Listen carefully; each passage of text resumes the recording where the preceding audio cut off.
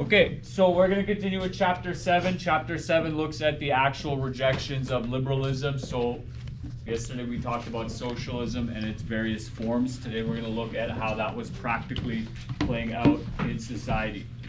Okay, particularly we're going to look at communism in the Soviet Union, and we're going to look at fascism in Nazi Germany. So here's a little chart that your textbook has determined, although it's not clear whether there is really a difference in Leninism, Stalinism, and Marxism. You know, obviously they're all following the same philosophy. Lenin and Stalin are just two people who governed over Russia at some point.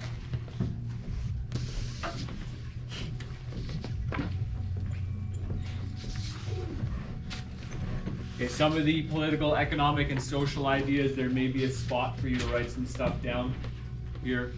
You may want to fill in some things here. So political ideas, again, Karl Marx emphasized revolution.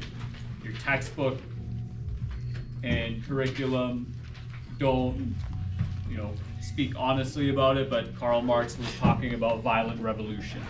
Okay, you should overthrow, murder, steal from people who have more, essentially. Okay. The state will be governed by the Communist Party in the interests of the people. Although often many of the examples we'll look at wasn't necessarily done in the interests of the people.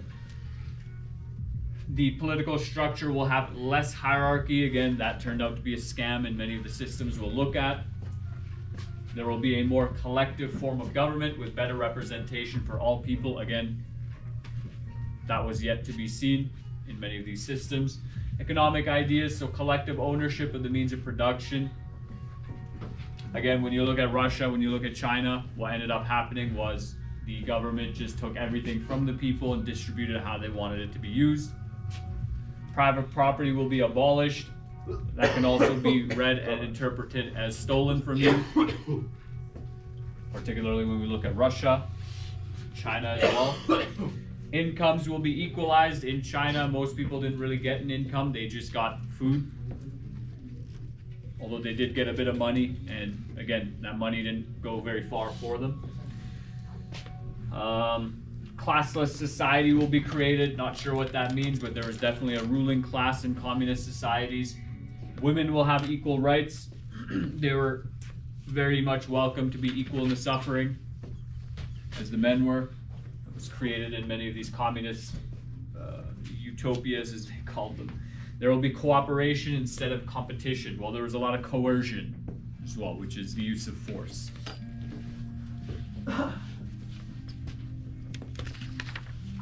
Communism is a very extreme form of collectivism and left-wing politics, which emphasizes the group over the individual. And there are many ways that communism looks to break society up into groups, particularly Karl Marx spoke upon this in great depth. There is an oppressor, there's an oppressed. It's you versus someone else. Now that could be male, female, it could be teacher and student, it could be teachers and administrators, it could be athletes and coaches, rich and poor, whatever it is, but there's always some sort of conflict going on that needs to be resolved, more or less through violence. Okay. The well-being of individuals is primarily the responsibility of the government, is another belief system. Right, again, that in some ways keeps you very subservient to your government, to your job, whatever it happens to be. We've already talked about the revolutionary aspect of it. So your curriculum focuses particularly on Russia and Germany. I was chatting about this with my friend, for whatever reason, we don't discuss anything at all about communism in China. We also don't discuss communism in, I think it was Cambodia. Might have the wrong country, but the dictator's name was Pol Pot. Maybe some of you are aware of who that is. Well known for genociding his own people. Stalin did the same thing, although the Ukrainians weren't quite their people. Anyways, so in Russia, they have they're a little bit behind from everyone else. We chatted a bit about the Industrial Revolution. Russia, for whatever reason, is a bit behind the rest of Europe. And so both the royalty, but primarily the communists who overthrew the government and overthrew the nobility, they are trying to push Russia into the Industrial Revolution. They're trying to rapidly change the way their society functions. Okay. The sudden social and economic change allowed Russian nobility, business owners, and foreign investors to prosper and gain plenty. The gap between the rich and poor widens. Okay, so people who already have money are able to benefit a lot by this change because they can just start investing into a company, into a factory. It produces material goods, which is beneficial to them. By the 1900s, many who feel that this treatment is unfair find solace in communism. Okay, the Communist Manifesto in particular. And a number of people have spoken on the role that jealousy plays in this ideology, that the idea is that you are essentially cannibalizing those with more than you.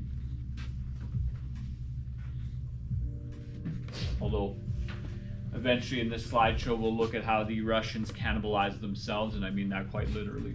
Okay. Just a bit of background about the Russians. So they're ruled by a king and queen. They call their king the Tsar. There's a couple of them that are relevant. You'll probably forget their names. Their names aren't very necessary in the long run, but poverty is widespread in Russian society prior to this revolution, and obviously the communists didn't necessarily change anything right away.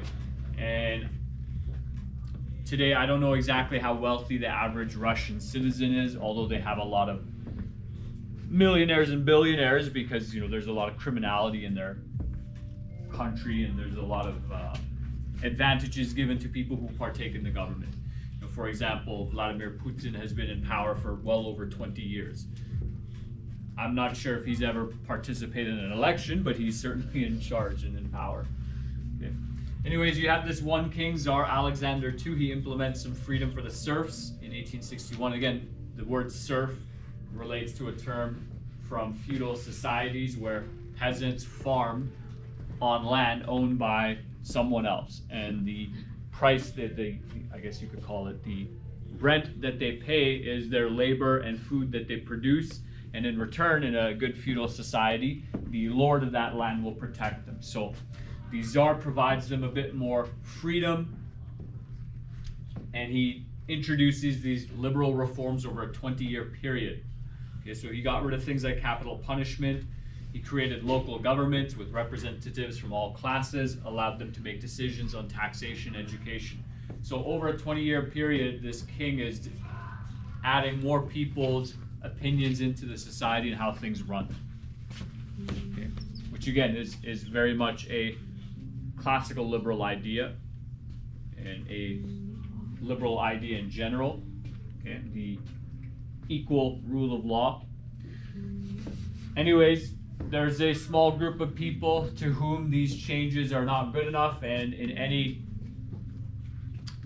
sort of ideological change, any sort of period of time in history, you're always going to have a small group of people who are very upset because they didn't get every single thing they wanted, right? It's essentially a lack of understanding how to negotiate. And obviously negotiating can be tough. Sometimes you want everything you want. Sometimes you need to accept reality. You're not always going to get everything you want.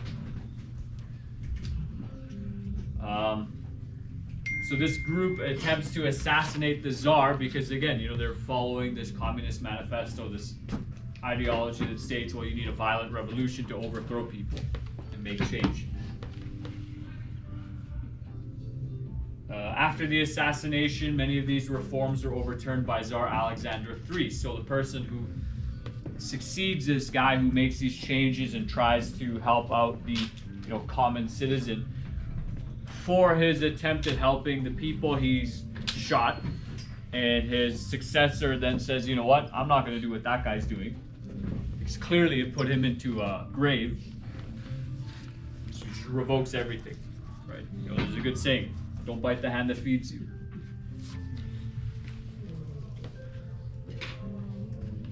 So in 1898, a group of Marxists decided to form the Socialist Democratic Labor Party.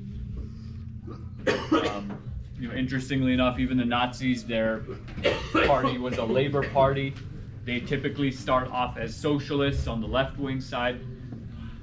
And in many ways, both the communists and the Nazis are very left-wing in that regard. Although the Nazis did something a little bit different. We'll chat about that when we're at the Nazis. The Tsar bans his political group, for obvious reasons. Would you allow a political group to partake in your society that believes that to make real change, you need violent revolution? You need to kill some people, you need to overthrow some people. Right, so it's not very democratic, essentially. Yeah, right? Yes. Now, three important characters to note: Vladimir Lenin, Leon Trotsky, and Joseph Stalin are all members of this party. These are all very significant individuals to the communist history in Russia. Lenin and Stalin took over. Trotsky was, I'll tell you about Trotsky later. There's a lot of civil unrest, again, for very valid reasons. There's this inequality, and I didn't mention in the previous slide, but many feudal societies had a lot of inequality. There was a small handful of people who were very wealthy. Most people worked day to day to produce food to survive day to day. That's called subsistence. We currently live in a society of excess. I don't know if that's quite the right word, but on a day-to-day basis, you can produce more than you consume, which means that you actually have the opportunity to save if something terrible were to happen in the future. Like many of you work, how many of you actually save a percentage of your paycheck? A couple of us, right? And that's good. Like, you should do that. It's not necessarily taught in school, right? But if you only, let's say your income was, whatever your income was the same as how much you spend every single day, then you don't have an opportunity to save. And many people in pre-feudal societies were like that. But some changes made by the Tsar here. So he is capitulating to these socialists. These people, this socialist party is essentially causing unrest in society, as is their goal, right? They're trying to, what is it called? Rock the boat, as it were, to cause change. It's a very, smart tactic. You shake things up, you make people uncomfortable, they're going to start making mistakes. Well, the Tsar starts allowing more of the socialist demand. So he takes one step back to these people who are more extreme, let's say, than a democratic group should be. He allows an assembly of representatives. This assembly of representatives then goes on to declare strike and advise people to not pay taxes, right? So these same people who he allows into the process of decision making then go and stab him in the back. I think they tried to do that literally as well. That leads to the October Manifesto. So this allows for more political parties, freedom of speech, and religion.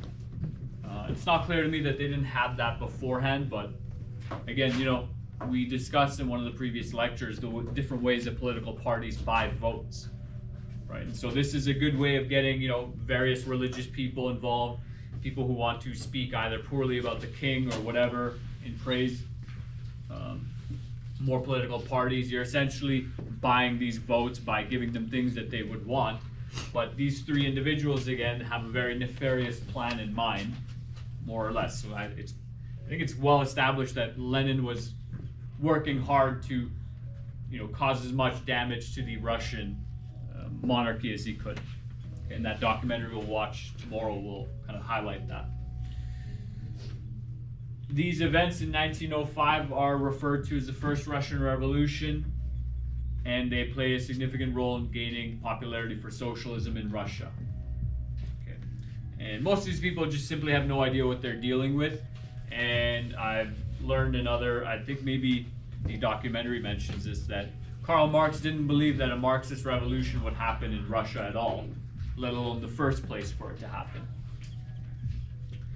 Okay, anyways, the Second Russian Revolution leads to the abdication of the Tsar, so he leaves the monarchy. He's no longer in power. Okay, and there's a civil war, which I think took about 8 to 10 million lives between the Bolshevik communists and the just Russians who didn't want any of that, and it led to the first communist state. Okay, so here's some caricatures of Lenin and Stalin. Prior to communism, so Russia was without a former leader during the last years of the First World War. So there is already a power vacuum that exists in Russia that hasn't been filled. And there's several people vying to fill up that vacuum of space. Okay, there's a temporary government, but their downfall is that they're not helping out the peasants. You know, so this guy Alexander Kerensky kind of makes a mistake in not giving into certain needs of the people. Now again, coming back to that point of, you know, buying votes, well, the other party will happily redistribute land, aka steal it from people who own it, and give it out to whoever. And this is a very convenient way to essentially get people's support. Now, you know, obviously this decision by the party that was in charge in between, it's not a very smart decision, right? Like, there's just a brutal world war. The Russians lost a lot of people in World War II, which isn't often talked about. And many people are already poor. Many people aren't liking their role in Russia and don't like Russia's role in the world. And, you know, if their decision is to then just say, well, we're just going to keep things going as they are because we like it that way, more or less, I'm not saying that's exactly what they did, you know, it led to their downfall. Okay, we're going to watch this video.